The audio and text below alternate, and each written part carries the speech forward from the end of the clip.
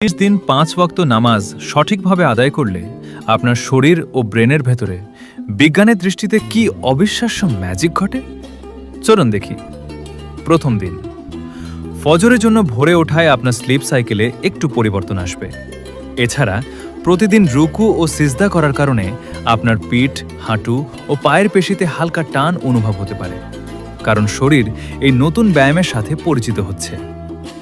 এক সপ্তাহ পর, দিনে 5 বার উজু করার কারণে আপনার নার্ভাস সিস্টেম বা স্নায়ু একদম শান্ত হতে শুরু করবে।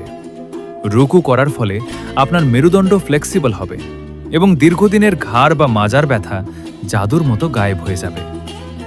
21 দিন পর, সবচেয়ে বড় ম্যাজিকটি ঘটবে সিজদার সময়।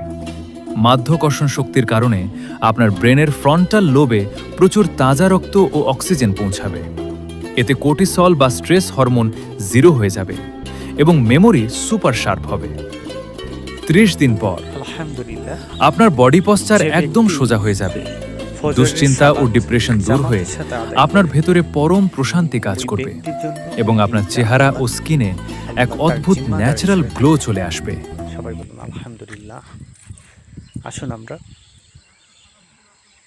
জামাতের সাথে ফজরের সালাত আদায় করি এবং দুনিয়া এবং আখিরাতে অশেষ সব হাসিল করি।